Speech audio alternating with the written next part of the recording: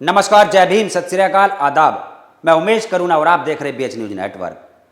आज जो हमने इस टाइटल में लिखा और जो थंबनेल पर मायावती जी के मुंह से टोक लिखा कि मुझसे गलती हो गई, मैं समझ ना सकी। ऐसा हमने क्यों लिखा, इसको हम विस्तार से बताने की कोशिश करेंगे। और सबसे पहले हम आपको बता दें कि कभी कभी जो हमें कुछ बताया जाता है और जो हम सोचते हैं उसका विपरीत भी हो जाता है। और ऐसा आज देखने को मिला। जो हमें बताया गया, जो हम सोचते थे, उससे विपरीत देखने को मिला। यानी उत्तर प्रदेश के अंदर आज दलितों की राजनीति डगमगा गई। दलितों के पास दो विकल्प तैयार हो गए, एक बहुजन समाज पार्टी और दूसरा आजाद समाज पार्टी। ऐसा क्यों हुआ, आखिर क्या नौबत आई, इसको हम गहराई से समझाने की कोशिश करेंगे। और वहीं हम आपको बता दें कि ये हमारे जो विचार है, जो हमारा अनुभव है, इसको हम दर्शकों तक इसलिए पहुंचाना चाहते हैं कि कभी कभी हमें जो बताया जाता है, जो हम सोचते हैं और वह गलत साबित हो जाता है। उसका हम अपना अनुभव बताएंगे कि हमें क्या अनुभव मिला। हम बता दें आपको कि उत्तर प्रदेश के अंदर सहारनपुर के अंदर शब्बीरपुर में 2017 में जो कांड हुआ था, जो हिंसा भड़की थी दलितों और राजपूतों यानी ठाकुरों के बीच में, और जहां से चंद्रशेखर आजाद की उत्पत्ति हुई थी, देश के कोने कोने में भीम आर्मी का नाम हो गया था। और उसी के बाद में बसपा सुप्रीमो मायावती जी ने राज्यसभा से इस्तीफा दिया था और चंद्रशेखर आजाद सुर्खियों में आए। न्यूज चैनलों पर, सोशल मीडिया पर, सभी जगह चंद्रशेखर आजाद को लेकर उनकी हिस्ट्रिया सामने आई। द ग्रेट चमार का बोर्ड और उससे संबंधित बहुत सारी तस्वीरें हमारे भी सामने आई, क्योंकि उस समय हम नेशनल दस्तक में एज ए एडिटर की जॉब किया करते थे।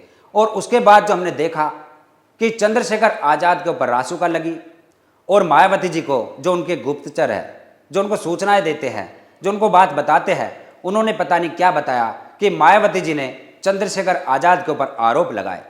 चंद्रशेखर आजाद को आरएसएस व बीजेपी का एजेंट तक बताया। और वो जो सलाहकार थे मायावती जी के, जो उनके गुप्तचर थे, उन्होंने पता नहीं क्यों गुमराह किया और मायावती जी उनकी बातें मानती रही, आज तक भी मानती है। और उसके बाद चंद्रशेखर के ऊपर आरोप लगते रहे। चंद्रशेखर आजाद जेल से बाहर आए। जेल से बाहर आने के बाद चंद्रशेखर आजाद ने मायावती जी से मिलने की कोशिश की, कई बार कोशिश की, ऐसा चंद्रशेखर कई बार कह चुके हैं। और मायावती जी का कहना यह था कि चंद्रशेखर आजाद एजेंट है, यानी चंद्रशेखर आजाद को कोई अहमियत नहीं दी गई। ये भी सामने आया। और चंद्रशेखर आजाद फिर भी मेहनत करते रहे, गरीबों के, दलितों के, पीड़ितों के सुख दुख में शरीक होते रहे और हाईलाइट होते रहे। जमीन पर उन्होंने कई बार प्रदर्शन किए, लाठियां खाई, जेल गए। ऐसा हम सबके सामने ये सब चीज़ें हैं। और उसके बाद क्या होता है कि चंद्रशेखर आजाद ने बहुजन समाज पार्टी में जुड़ने की कोशिश की, बहुजन समाज पार्टी से मिलकर काम करने की कोशिश की, लेकिन ऐसा नहीं हो सका, क्योंकि मायावती जी एक अहंकार के कारण कह सकते हैं, या जो उनके गुप्तचर है, जो उनको सूचनाएं देते हैं, उनके बेस पर चंद्रशेखर को कोई अहमियत नहीं दे सकी। और सिलसिला चलता रहा। उसके बाद चंद्रशेखर ने सोचा कि क्यों ना अपनी पार्टी बनाई जाए, क्योंकि उससे पहले चंद्रशेखर कह चुके थे कि मैं कभी जीवन में राजनीति नहीं करूंगा, कोई पार्टी नहीं बनाऊंगा, केवल संगठन ही रहेगा भीम आर्मी। उसके बाद चंद्रशेखर को लगा कि बिना राजनीति के भी हम कुछ नहीं कर सकते। तो चंद्रशेखर ने कोशिश करने के बाद कि मायावती जी मुझे पार्टी में शामिल कर ले, कहीं जगह दे दे, लेकिन ऐसा नहीं हो सका। तो उसके बाद चंद्रशेखर ने आज़ाद समाज पार्टी बनाई और आज़ाद समाज पार्टी बनाने के बाद प्रचार प्रसार भी किया। उसके बाद मेंबरशिप भी दिलाई लोगों को। तो बहुजन समाज पार्टी को तभी भी एक अंदाज़ा नहीं हुआ कि ये गलत हो रहा है, कि जो महापुरुषों का कथन है कि संगठित रहो, वो संगठित नहीं है, हम बिखर रहे हैं। जो हमारे पास एक राजनीति दल था और उसके बाद उस दल में ही यदि चंद्रशेखर आजाद को मायावती जी जगह दे देती तो ये दूसरा विकल्प तैयार ना होता। मायावती जी से सबसे बड़ी गलती ये हुई कि उन्होंने चंद्रशेखर आज़ाद को पार्टी में कहीं जगह नहीं दी और चंद्रशेखर आज़ाद को राजनीति करनी ही थी, क्योंकि बिना राजनीति के जो शक्ति होती है, जो पावर होती है हक अधिकार दिलाने के लिए, वो नहीं मिल सकती। उसके बाद क्या होता कि चंद्रशेखर आज़ाद को लेकर बसपा सुप्रीमो मायावती जी ने फिर आरोप लगाए पार्टी बनाने के बाद, और हमारे सामने भी वह आरोप जब आए कई बार आए, तो हमने भी ऐसा लगा कि कहीं कभी ऐसा ना हो, क्योंकि मायावती 4 बार मुख्यमंत्री रह चुकी है, कि उनका जो विचार है, जो उनका आकलन है, जो वो सोचती है, हो सकता है हमसे ज़्यादा उनके जो सूचनाएं मिलती है मजबूत हो। ऐसा हो तो हमने भी चंद्रशेखर को इग्नोर करना शुरू किया। हमारे सामने कई बार बसपा के नेता आए, उन्होंने कहा कि चंद्रशेखर को अपने चैनल के माध्यम से मत दिखाया करो, इससे बसपा कमज़ोर हो जाएगी। हम उनकी बातों में आ गए। हालांकि हमारा जो अंदर का अपना मन था, जो हमारी चेतना थी, वह यह कह रही थी कि मायावती जी भी गलत कर रही है, कि चंद्रशेखर को यदि अपनी पार्टी में शामिल कर लेती तो चंद्रशेखर दूसरी पार्टी ना बनाते और दलितों के सामने 2 विकल्प तैयार ना होते। लेकिन हमने उनकी बातें मानी, हम उनकी बातों को इग्नोर नहीं कर सके। उसके बाद क्या सिलसिला होता कि चंद्रशेखर स्ट्रगल करते रहे और बसपा सुप्रीमो मायावती जी अपने भतीजे आकाश आनंद को राजनीति में लेकर आती है, और आकाश आनंद अपने तेवर दिखाकर चंद्रशेखर के ऊपर आरोप प्रत्यारोप लगाते हैं कि नीले गमछे वाले बहरूपिया घूम रहे हैं। ऐसी ऐसी उन्होंने बयानबाजी की मंच के माध्यम से।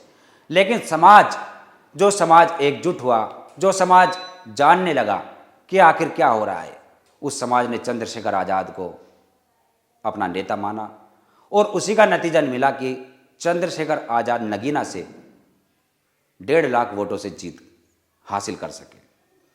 और जो आज आकाश आनंद व बसपा सुप्रीमो मायावती जी, जो इस समय काफ़ी अंदर ही अंदर घुटन महसूस कर रही होंगी, यानी सबसे ज़्यादा दुख चंद्रशेखर आज़ाद की जीत का मायावती व आकाश आनंद को इस समय है। इतना दुख उनको बीजेपी की सरकार बनने से नहीं है, इतना दुख उनको समाजवादी पार्टी यानी इंडिया जो गठबंधन था कांग्रेस व समाजवादी पार्टी का मिलाकर, उसकी जीत का भी नहीं है, जितना दुख मायावती जी को चंद्रशेखर आज़ाद की जीत का है। ये हमारा अपना आकलन है और सच्चाई भी है, क्योंकि अब हमने सोचा कि हम किसी की बातों में कभी नहीं आएंगे। जो हमारा अपना ज्ञान है, अपना दिमाग है, जो हमारी सामाजिक चेतना है, जो हमारी अपनी मन की चेतना है, हम उस पर ही काम करेंगे। क्योंकि ऐसा पहले भी 2 बार हम ये चीज़ देख चुके हैं। जब हम पढ़ते थे इंटर में, सीएबी इंटर कॉलेज मेरठ के अंदर है, और वहीं पर परवीन कुमार जो कि इंडिया टीम में वर्ल्ड कप में भी जा चुका है, परवीन कुमार पीके के नाम से जो पॉपुलर है, परवीन कुमार भी हमारी क्लास में ही थे। सेक्शन अलग अलग थे, वो वोकेशनल में थे और हम कॉमर्स में थे। और उसी वक्त, उसी साल उन्होंने हाई स्कूल की थी, उसी साल हमने की थी, यानी इंटर हम साथ में ही थे इंटर कॉलेज में। जिस समय पीके खेलते थे कॉलेज के माध्यम से और स्टेट लेवल पर वह खेलने जाते थे और वहाँ से जीत कर एक छोटी ट्रॉफी जीत कर ले आते थे, तो उस समय हमारे दिमाग के अंदर ये था कि इस समय पीके जो है काफ़ी बड़ा नाम कमाएगा और मुकाम तक पहुँचेगा।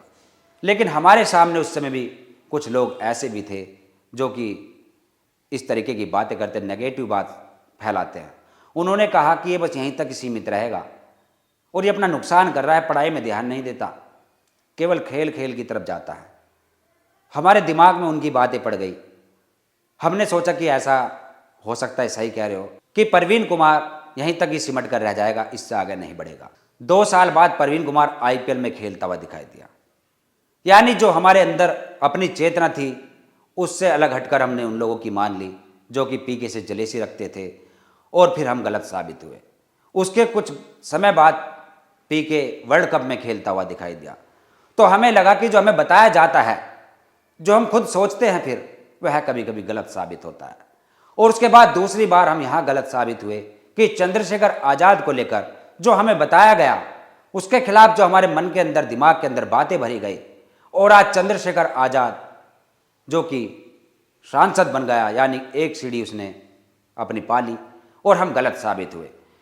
तो कभी कभी हम जो किसी की बातें मानते हैं, अपना दिमाग इस्तेमाल नहीं करते, तो वहाँ भी हम गलत साबित होते हैं। ये हमारा अनुभव है।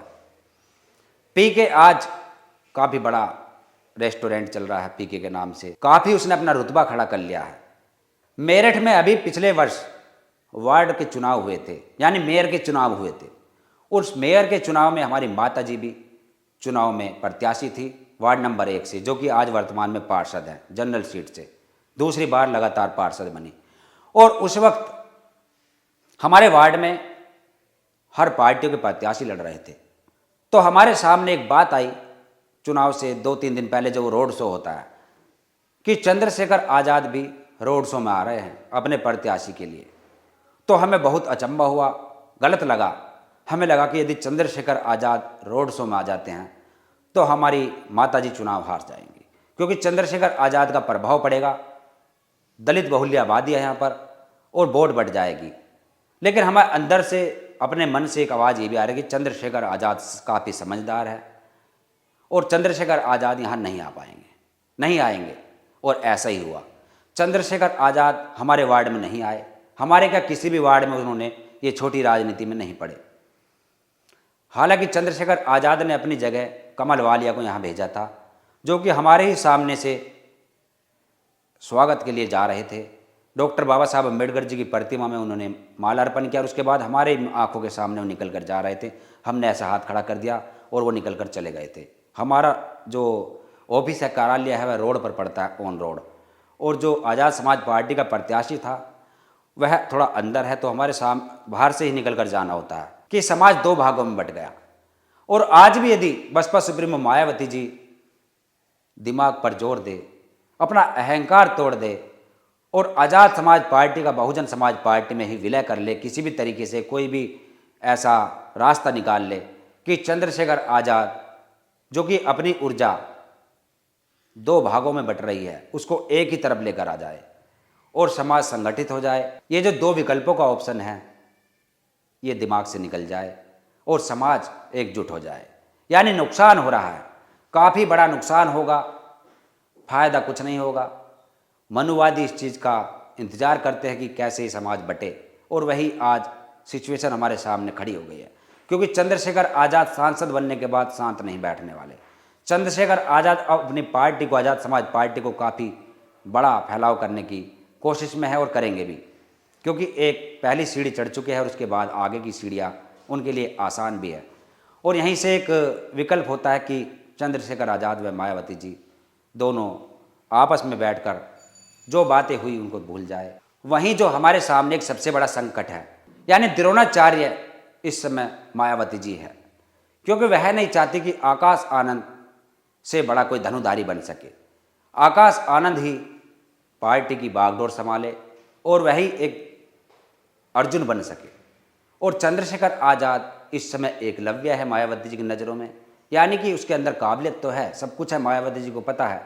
लेकिन मायावती जी इस समय द्रोणाचार्य की भूमिका में है कि उनके सामने 2 ऑप्शन है कि आकाश आनंद को यदि मुझे अर्जुन बनाना है, बड़ा धनुधर बनाना है, तो फिर चंद्रशेखर आज़ाद को इग्नोर करना होगा। और इस पर आपकी क्या राय है कमेंट्स बॉक्स में लिखे। और जो हमारा विश्लेषण था, जो हमारा अनुभव था, इसके बारे में आपको क्या लगा, अपनी बात रखिए। धन्यवाद।